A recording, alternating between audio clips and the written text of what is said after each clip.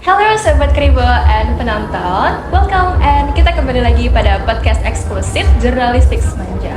And here I am as a presenter today, Safia Zakrin Hidayat, and also we got a new presenter. And next to me, Halo Sobat Kribo, I'm Alani Sanus Faiza. And I'm Nadine Ayatul Husna. Hai Sobat Kribo. nah di sini kita akan membawa kalian mengenal dan mengulas singkat tentang bintang tamu kita pada kali ini. Oke teman-teman, bisa langsung kita sambut bintang tamu kita pada kali ini yaitu Pak Salim. Boleh kali Pak kita kasih salam perkenalan buat para penonton? Oke, untuk pertama kali ya podcast belum pernah diundang di mana-mana. Iya, kebetulan nama saya Salim Nugroho, biasa di SMA yang satunya dan terkenalnya sama Bapak Salim. Iya. Mungkin kalau kelas 10 mah masih asing gitu ya. Kalau untuk kelas 10, kebetulan Bapak guru BK di sini. Terus Bapak juga mengampu atau membimbing ya kalau di BK ya, itu kebagian di kelas 10 U8 sampai U12. Itu sih, itu aja. Nah, mungkin teman-teman dari kelas 10 tadi mungkin udah kenal dan sudah mungkin tahu ya tentang pribadi Pak Salim. Nah, tapi di sini karena kita mau membawa kalian mengenal lebih jauh tentang Pak Salim. Nah, di sini kita juga kedatangan presenter baru kita dan nanti kita tidak akan asing lagi. Ya, baik. Untuk Pak Salim tadi kan mention ya kalau misalkan podcast ini tuh first experience Bapak ya untuk diundang. Betul. Kira-kira apa sih first impression kayak kesan pertama ketika Bapak diundang di sini? Seneng karena momen aja sih, momen udah lama pengen podcast sendiri pun belum terwujud gitu ya, dan alhamdulillah diundang gitu ya sama jurnalistik. Iya. Nah, kayak seperti itu ya untuk teman-teman. Sekarang bisa kita lanjut ke beberapa pertanyaan yang udah disiapkan untuk kita mengenal lebih jauh tentang Pak Salim. Oke, di sini aku Alanis dan aku mau ngasih pertanyaan pertama nih. Kalau boleh tahu, Pak Salim tuh lulusan dari mana sih? Kan kita tuh kan curious ya, karena Bapak ini orang yang keren gitu, berwibawa, dan kita tuh pengen tahu gitu, Bapak ini dididik dari universitas mana gitu. Universitas ya berarti ya. Yes. Kalau untuk universitas itu Bapak dari lulusan Universitas Ahmad Dahlan. Iya. Itu berada di Yogyakarta. Kampus swasta. Mas-mas Jogja ya berarti. Mas-mas Jogja. Mas-mas Jogja ya. Barangkali tertarik ke Jogja, nanti boleh. ke UGM ya. Nanti amin. Oke Pak, di sini aku Nadine Ayatul Husna yang akan menanyakan pertanyaan selanjutnya. Jadi pertanyaan selanjutnya nih Pak, banyak banget teman-teman yang penasaran sama gimana sih awal mula Bapak bisa ngajar di Semanja ini gitu sampai jadi guru BK. Boleh dong Pak di-spill? Pertama kali ya. Iya. Sebenarnya Bapak dulu awal setelah belum lulus itu berarti masih masa-masa Fresh apa ya namanya ya, belum yudisium itu ketika skripsi selesai itu kan ada waktu untuk menyelesaikan tanda tangan. Nah itu yudisium. Kalau di yudisium itu kita nanti ada wisuda. Nah di waktu-waktu itu Bapak udah kepikiran untuk meneruskan di Jogja awalnya, pengen jadi guru BK di Jogja kayak gitu. Karena gimana ya? Karena Bapak itu belum pernah kalau dulu sih Bapak kan PPL ya, namanya praktek malam lapangan di SMK Negeri 1 Bantul dulunya, di Yogyakarta ya, di situ. Nah itu ada yang menawarkan juga di situ, tapi yang namanya rezeki mungkin ya nanti ya.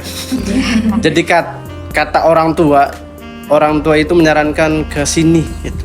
Apa ya, kalau orang kan Bapak itu kan orang tuanya asli Jogja semua. Ya. Berarti Bapak bukan dari sini ya? Bukan dari sini. Kalau dari orang tuanya mah iya. Tapi kalau lahir mah dari kecil keluar gitu ya di sini. Iya. Jadi kayak bingung kalau ngomong asli mananya ya jawabannya asli sini tapi orang tua orang Jogja gitu. Itu dua-duanya orang Jogja. Dua-duanya orang Jogja semua. Real mas Jawa. Iya betul sekali. Terus kok bisa tinggal dari kecil di sini gitu gimana tuh Pak? Kalau itu orang tua sih, orang tua emang udah jadi guru di sini.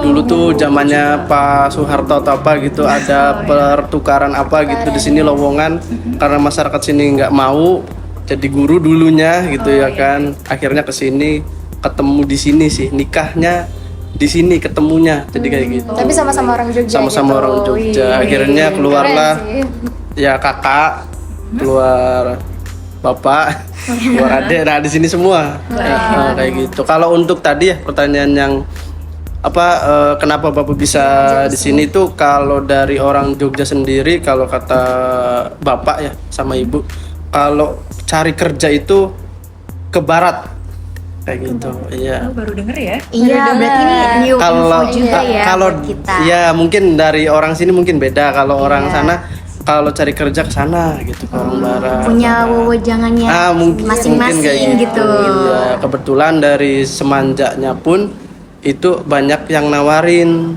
karena bapak juga alumni Semanja juga. Alumni tahun 2000 berapa ya? 11 lah, 2011. 11. Jadi kayak Pak Supriyo kenal ya. Terus ada Ibu Mulyati, Ibu Ila. Itu selalu menawarkan, nelpon, udah lulus belum kayak gitu. So kesini akhirnya dengan debat dengan orang tua pengen ke Jogja di hati mah di Jogja gitu ya di sana. Akhirnya ya udahlah barangkali rezekinya bapak di sini ya udah akhirnya ngalah.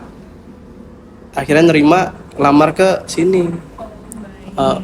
Karena ada lowongan sih. Dulu masih ada Pak Supriyo dan Ibu Meti masih 2 BK di sini.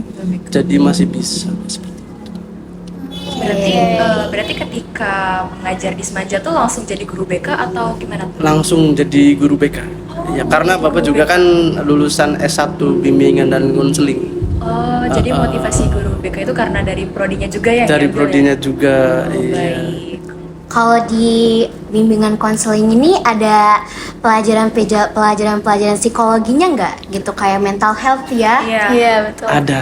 Oh ada. Itu 2 semester. Jadi dalam 1 tahun. Kalau kan bapak kuliah 4 tahun gitu ya.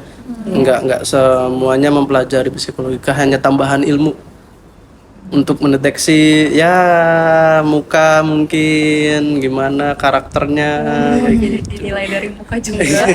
Bisa ya kayak gitu. Nah teman-teman, biasanya kalau misalkan kita menjalani hidup, terutama kalau misalkan kita bekerja ya, ada nih pasti kayak kesulitan. Meskipun kita mencintai pekerjaan kita, tapi pasti kita ngerasain dong yang namanya kesulitan.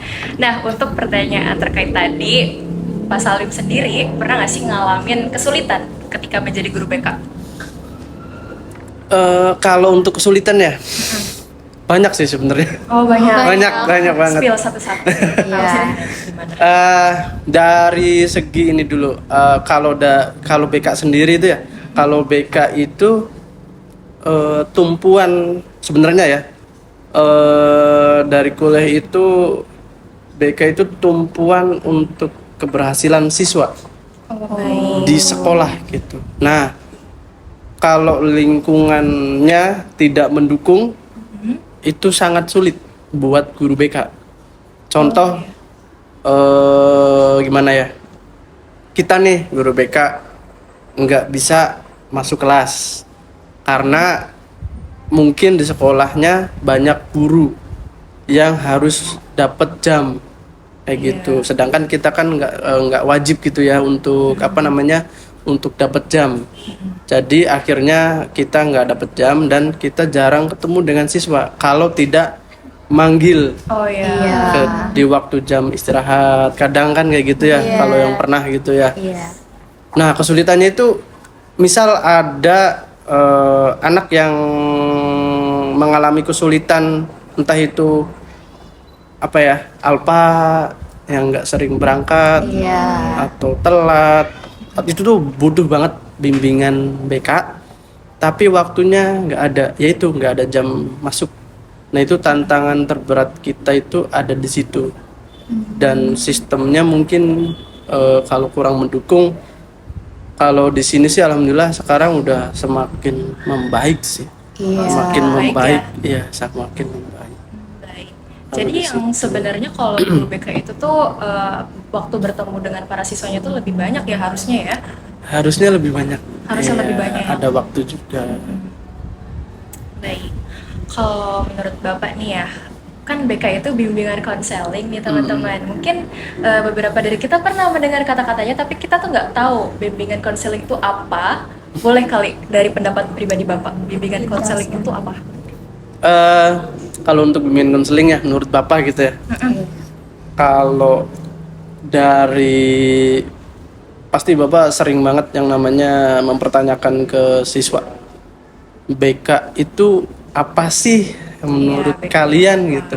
Kan banyak yang bilang polisi sekolahan kayak gitu. Gitu. Terus ada juga yang sering menghukum ya kan. Terus ya pokoknya intinya negatif gitu ya. Ketika anak masuk ke SMA berarti kan BK yang ada di SMP. Tapi ada juga sih sekarang alhamdulillah nih yang di kelas 10 ini yang sekarang itu ada yang udah tempatnya cerita, sering dipanggil untuk ditanyain satu-satu kayak gitu.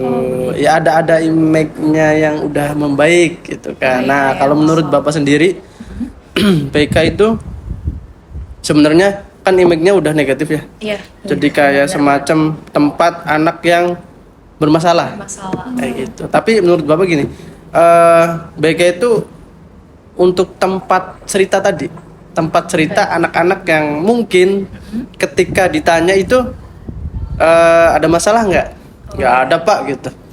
Padahal itu ada setiap manusia kan pasti punya masalah. Betul, Entah betul. itu dari bangun tidur aja kita udah kayak gitu kan. Ya, Nah pasti. itu sangat penting sih. Jadi kita sendiri guru BK itu sebenarnya nggak hanya anak bermasalah, tapi anak-anak yang mempunyai potensi itu penting juga. Makanya itu waktu itu ya, Jadi peran guru BK turun di situ ya. turun di situ ya. Kalau misal nih Bapak, pengalaman Bapak dari sekarang ya, kayak Bapak masuk ketika jam kos ya, Iya, benar. masuk jam kos, oke lah kalau nggak ada tugas. Tapi kalau ada tugas kan nggak enak juga, ada tugas yang harus dikumpulkan kayak gitu kan. Apalagi kalau baru masuk enak-enak ngobrol dengan siswa, baru 30 menit atau 5 menit gurunya datang kan kayak gitu. Akhirnya udah gitu ya. Iya, nggak punya Nggak punya. waktu buat bonding ya sama anak-anak muridnya gitu. Nah kan Bapak kan sebagai guru BK nih ya sudah menjadi tempat curhat banyak anak-anak kan. Nah dari situ Bapak ngerasa nggak sih kalau Bapak ini jadi ikut terkuras gitu energinya dari situ? Iya, karena- Kalau boleh tahu? Karena kita kan menceritakan masalah. Iya gitu betul ya, banget. betul. Bisa masalah keluarga, bener. pertemanan gitu dan lain-lain pasti banyak banget ya. Bener, Dan yang bener. namanya manusia kan mempunyai masalahnya sendiri-sendiri. Nah, Bapak nih nanganin masalah stresnya Bapak ini gimana gitu? Iya. Kalau Bapak bisa membantu anak-anak supaya mereka nggak terlalu stres dan Iya, Bapaknya betul. sendiri nih, Bapaknya sendiri gimana? Betul. Jangan sampai Gimana ya? Iya. jangan sampai kita terlalu fokus mengobati orang sampai diri sendiri sakit. Aduh. sakit banget itu ya. Sakit banget Pak. Enggak sih, gini. Kalau emang sih kalau dari Bapak sendiri gitu ya, apalagi khusus ke laki-laki gitu ya. Oh iya, laki-laki. Ya laki-laki dan punya istri, punya anak satu. Nah berarti kan udah jadi bapak-bapak. Iya.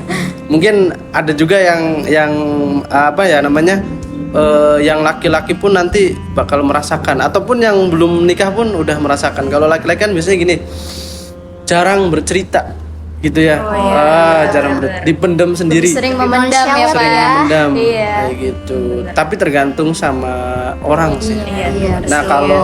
kalau dari Bapak sendiri Iya. kalau untuk nanganin masalah apa stres ya gitu Iya, ya, stres sendiri kayak lah. gitu.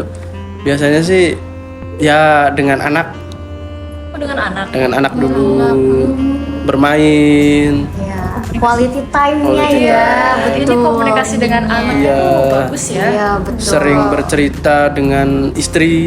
Ya, kebetulan istri kan guru BK juga. Itu apa ya? Semacam ya sering saling ini aja, saling bercerita aja kayak gitu. Tapi lebih selebihnya bapak itu gimana ya? Sering bermain game untuk meluapkan stres. Iya. Bapak sendiri nih Ah. main game. Main game selain dengan istri, selain dengan anak itu Oke. dengan game itu hobi lah, Itu hobi. cara sendiri ya. Cara Gamenya sendiri. apa tuh? Game apa tuh Pak? Barangkali di sini Ah. ada juga ada yang main game sama. Kalau sekarang ya. Kalau sekarang sih bermain FIFA, football kayak gitu, main game bola lah Oh kayak iya gitu. iya iya, baik-baik. Iya. FIFA Kalau ya. Untuk sekarang mah iya.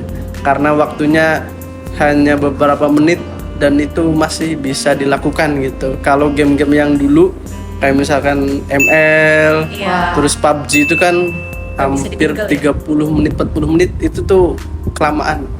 Kadang-kadang anak ini gitu kan. iya, Kadang kayak benar. gitu.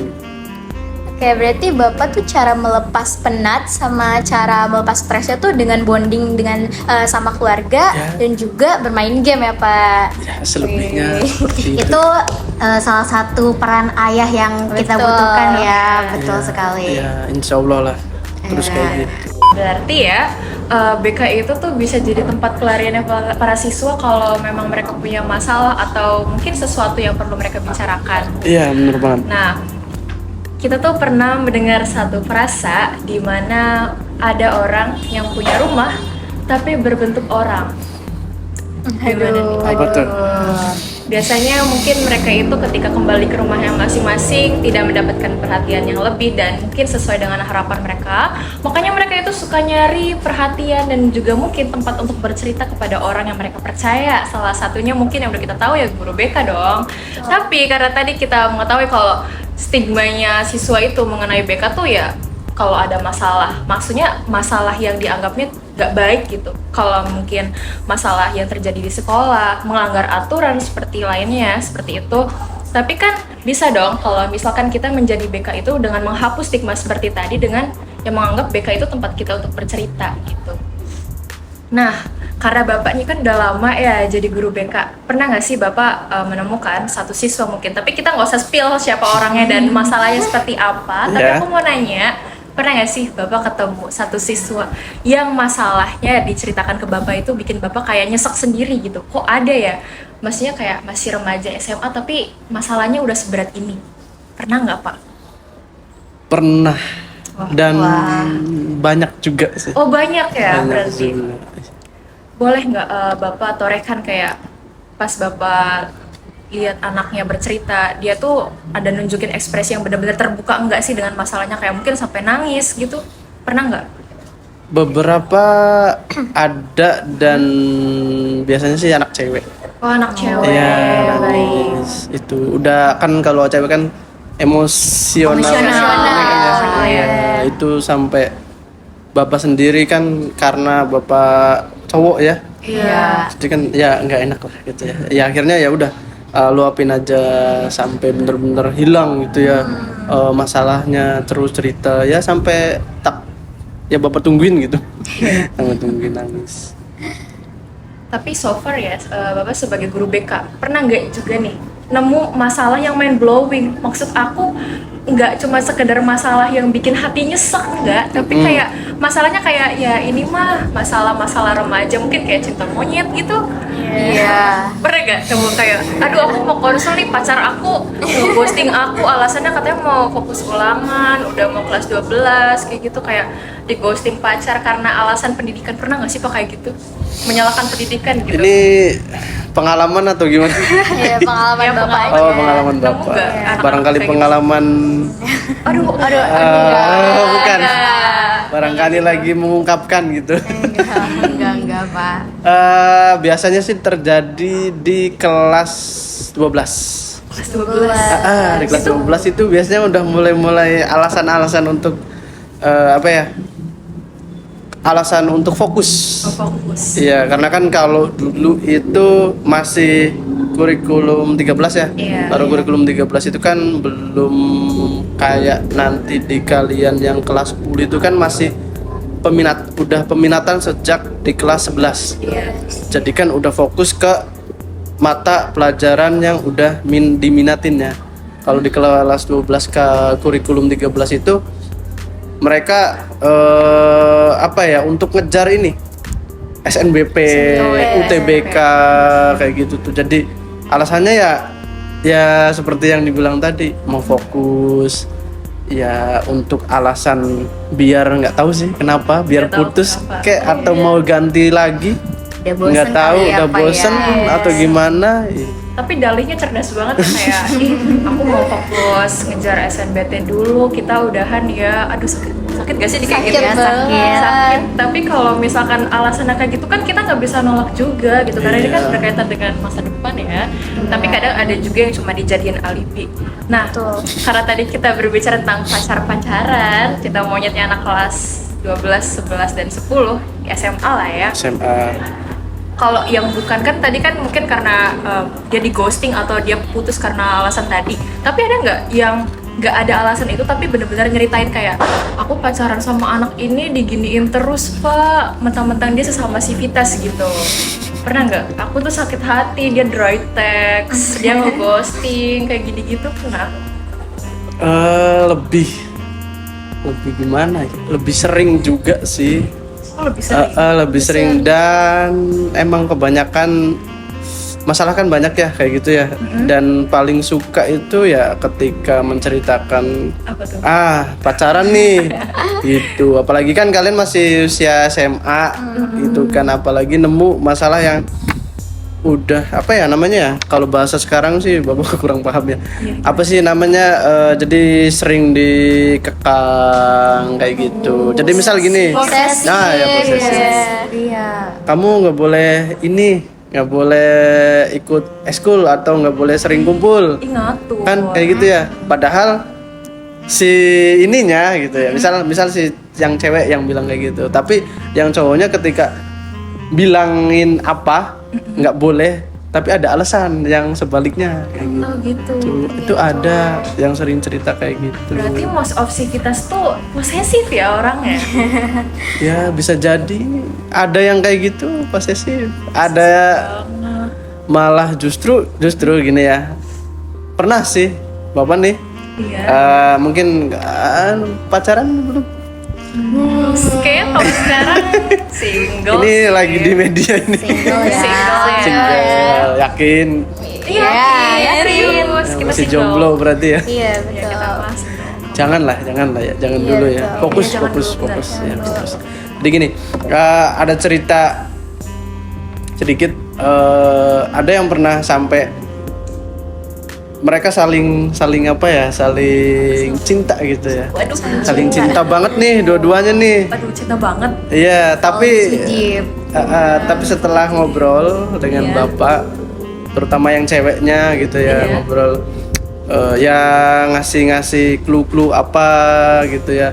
Akhirnya merasa dirugikan atau apa gitu ya, entah itu rugi dari waktunya, jadi belajar. Jadi intinya kan kalian nih biasanya kalau pacaran nih ketahuan biar semangat ya pak, gitu kan, Mostly kayak gitu sih, Pak. biar semangat belajarnya, biar semangat nilainya ini gitu ya. Padahal kan Iya.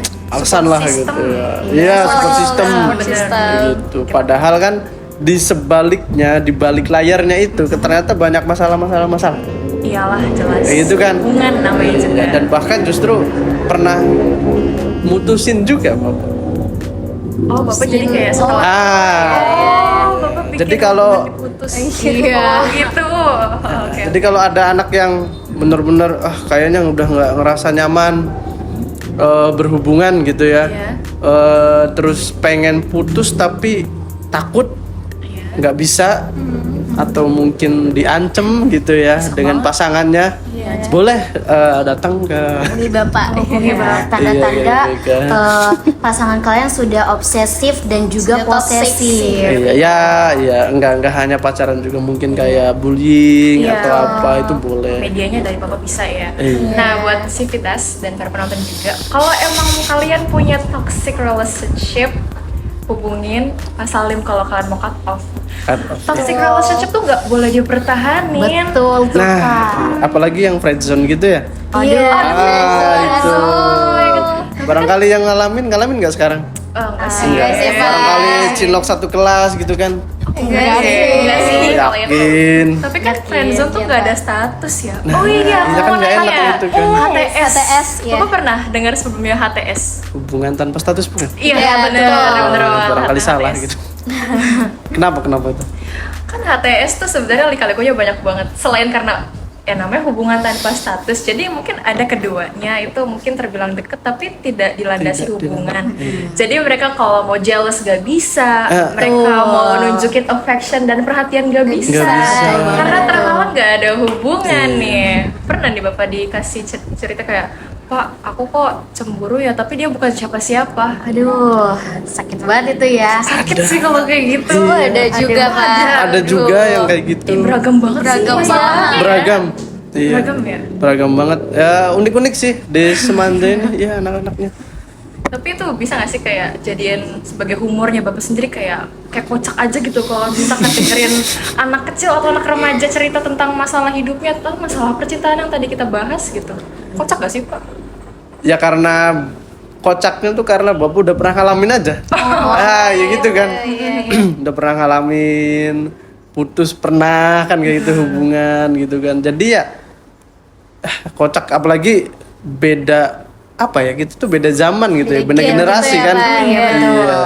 Kok kayak gini ya? Kok lucu gitu. Hubungannya kayak gitu. Lucu. Karena kita Gen Z tuh punya Gen Z. hampir kayak masalah yang sama gitu ya. Hampir sama. Nah Pak, kira-kira nih Pak, Bapak kan sebagai peran guru BK ya, kalau misalnya menemukan masalah kayak tadi tuh, kayak misalnya ada nih siswa yang bercerita gitu tentang masalah relationship-nya gitu. Nah, sebagai guru BK, kira-kira Bapak tuh bisa ngasih saran atau kayak ngasih solusi gimana sih Pak gitu? Gimana? Relationship yang Kayak tadi Yang tuh, apapun gitu, misalkan mereka cerita tentang ya pokoknya hubungan percintaan mereka gitu. Jadi Bapak tuh mengarahkannya tuh bagaimana? oh gitu. iya. Iya. Biasanya sih dilihat dari per individunya dulu gitu ya. Entah si ceweknya ceritanya kayak gimana, Iya. si cowoknya juga kayak gimana gitu ya. Sudut pandangnya kan kita nggak dari dua individu itu pasangan, biasanya dari temennya. Cari tahu dulu lingkungannya. Iya, betul. Jadi Bapak belum bisa ngasih solusi ketika baru pertama kali gitu. Emang harus bangun chemistry juga sih dengan anaknya gitu. Oh iya gitu. Nah, baru kalau udah nemu, kalau emang hubungan itu kan sebenarnya di sekolah kita itu kan udah ada peraturan. Balik lagi ya, udah ada peraturan nggak boleh pacaran kayak gitu kan. Pasti ada kan di matre pun kalian Iya, betul. tanda tangan kan itu. Ingat nggak? Ingat. Iya itu. Ingat. Sebenarnya kalau kita melarang pun kalian di belakang sembunyi-sembunyi gitu ya. Akhirnya Bapak tampung kalau hubungannya itu sudah melenceng ke hal negatif, Iya. itu pasti Bapak arahin salah satunya untuk mending nggak usah dilanjutin. Kayak gitu.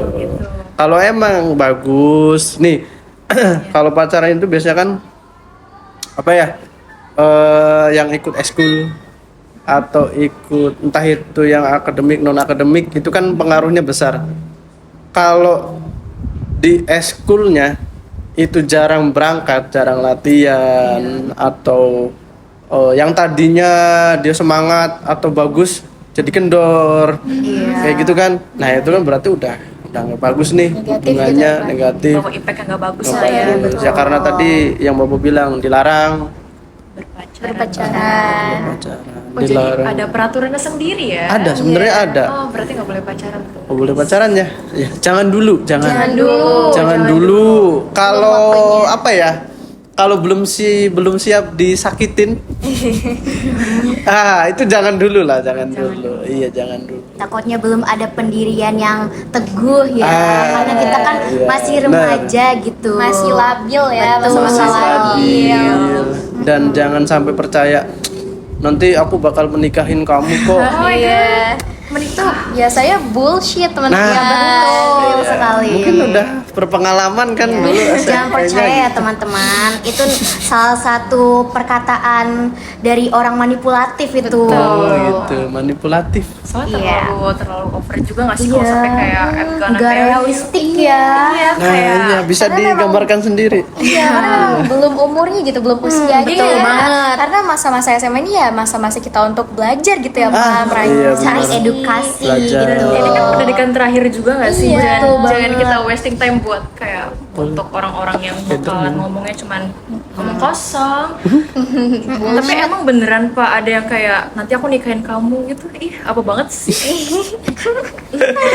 Ya kan biasanya gini, kalau ada anak yang misal cerita ketika bapak nyaranin pisah aja atau putus aja, itu susah dibilangin, itu pasti ada kata-kata itu Karena biasanya. mereka buta terhadap cinta. Apalagi yang baru pertama kali. Iya, baru-baru ngalamin gitu ya, Pak. Iya, udah pernah pacaran? Aduh, boleh nih kita spill. Oh iya ya. Boleh nggak sih? Aduh. Boleh lah. Barangkali ada yang lihat kan ini. Banyak yang lihat ya. Aduh, kalau boleh bukan aja sih, kalau pacaran ya pernah lah Pernah sekali. sih.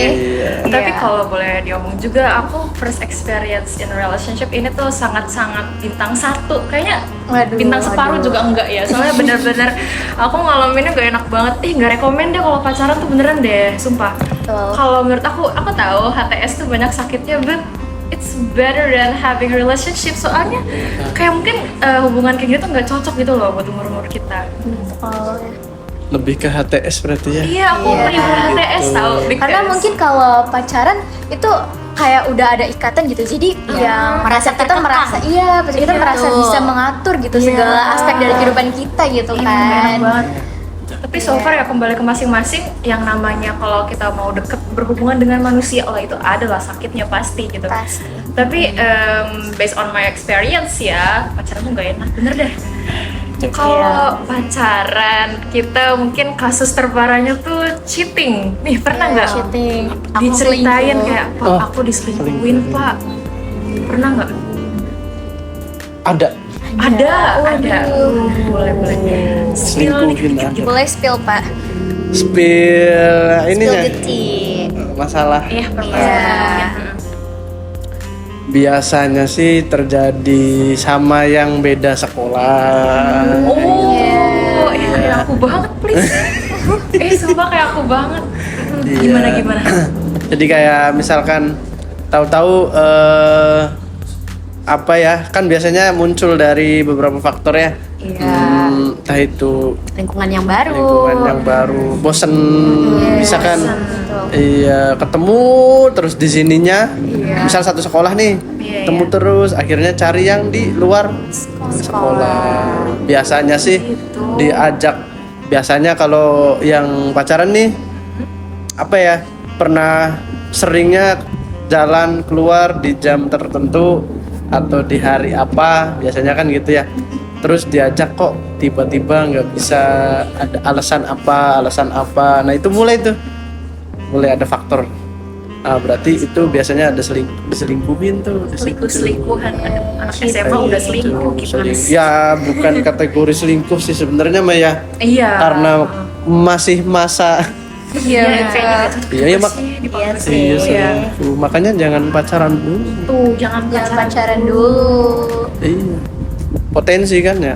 SMA itu potensi sebenarnya. Itu. Yang mempunyai minat, yang mempunyai bakat, ya kan, bakat ke akademiknya, non akademiknya, terus kita kembangkan, kan enak tuh di SMA sebenarnya ya. Iya. Kalau kaliannya udah terjun, nyemplung bahasanya.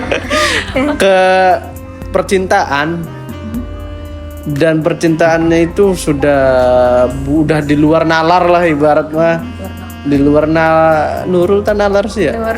Nalar lah ya, nalar ya. Nah itu biasanya udah sedikit-sedikit kayak pengen keluar susah, pengen ikut organisasi susah, sampai ada yang keluar ekskul. Gara-gara Ya gara-gara nggak boleh kayak gitu. Karena pengen apa ya namanya waktu buat kita. Quality time gitu. Iya. Tapi dengan cara yang salah. Tidak baik.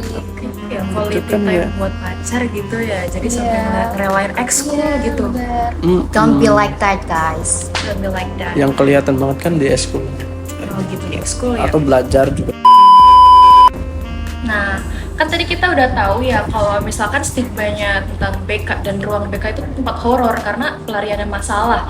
Tapi gambaran sebenarnya kalau misalkan ada anak yang bercerita ke guru BK itu seperti apa sih Pak? Mungkin berbicara yang biasa kayak bukaan, ngobrol kayak orang tua selayaknya atau gimana sih?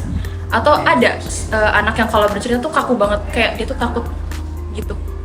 Karena kan citranya guru BK tuh galak, judgmental kayak gitu. Gimana sih gambaran sebenarnya kalau misalkan ada anak yang ke ruang BK gitu? Oh iya. Ini ya kalau ruang BK gitu ya.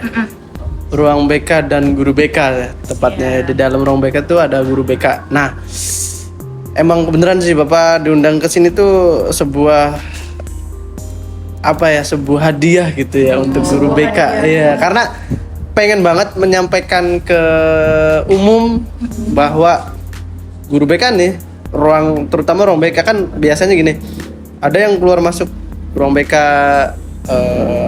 pasti kan wah masalah kan kayak gitu biasanya ya.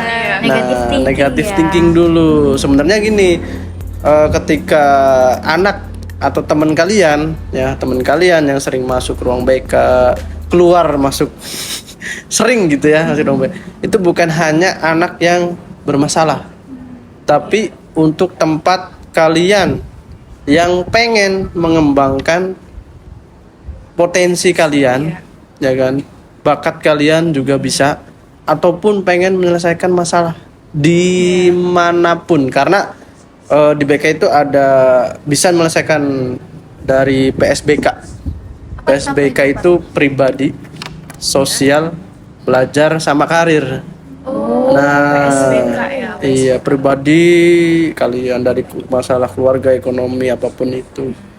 Kalau untuk masalah yang apa tadi ya, kaku atau apa gimana Iya, tadi? kayak jadi mereka Nggak mau tuh terbuka. Nggak mau terbuka gitu ya. Biasanya itu karena kita panggil, oh BK panggil. Jadi contoh gini, ada di kelas yang si anak nih diem lah, misalkan diem di kelas, nggak banyak ngomong, sendirian, tertutup. Nah itu biasanya kita panggil ke ruang BK.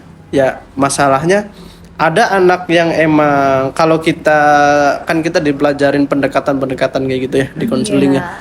Nah kalau kita berhasil, itu anak mau bercerita ke kita langsung terbuka. Tapi ada juga yang susah banget untuk ngomong. Apalagi sekarang itu di kelas 10 atau di kelas 11 12 lah ya. Sekarang mungkin lagi banyak-banyaknya masalah mental. Takut terhadap lingkungan, mengingat kejadian masa lalunya dengan situasi waktu.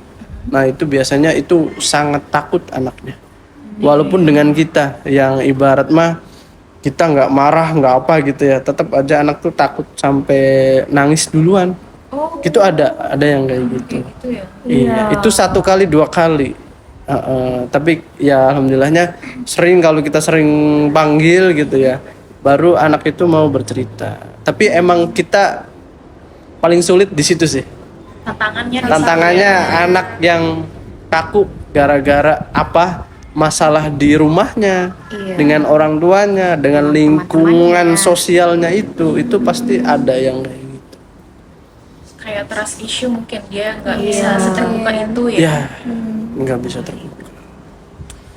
Oke, mungkin langsung aja kita ke poin inti ya. Sebagai guru BK di Semanja, sama lagi satu Ajatan, adakah pesan khusus dari Pak Salim sendiri untuk anak-anak di sini? Gimana?